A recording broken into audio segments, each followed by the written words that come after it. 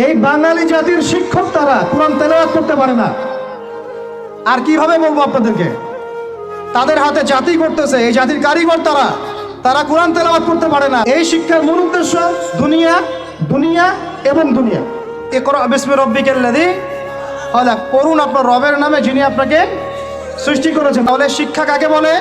যা আমাকে আমার রব চেনাবে। যে শিক্ষাটা আমাকে আমার রব থেকে দূরে সরায় সেটা কি সুশিক্ষা না কুশিক্ষা? আর যে শিক্ষা আমাদেরকে রবের কাছাকাছি নিয়ে যায় সেটার নাম কি সুশিক্ষা।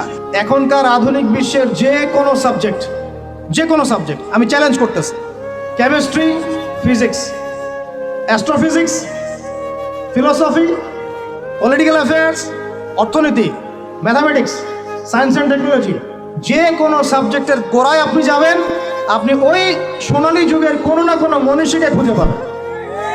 কিসের প্রযুক্তির বড়াই করতেছেন? অ্যালগোরিদম ছাড়া প্রযুক্তি অচল।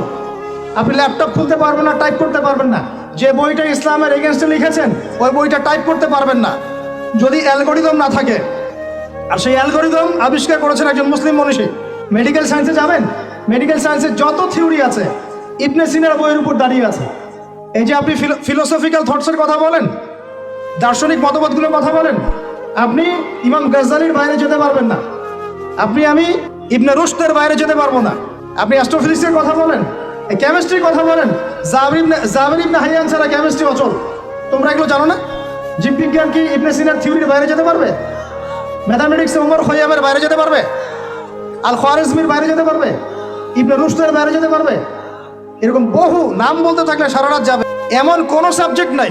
এখনকার বিশ্বের চলমান শিক্ষানীতি নিয়ে এত কথা বলছেন, শিক্ষানীতি এইটা ওইটা, ইসলাম, সেকুলারিজম, ডেমোক্রেসি ইত্যাদি, কোনো সাবজেক্ট আপনি এই বিশ্বে চালাতে পারবেন না যে সাবজেক্টের গোড়ায় কোনো না কোনো মুসলিম মনীষীকে খুঁজে পাবেন।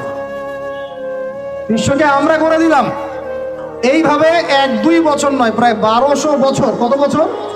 প্রায় 1200 বছর এই পুরো বিশ্বটাকে আমরা শাসন করেছি।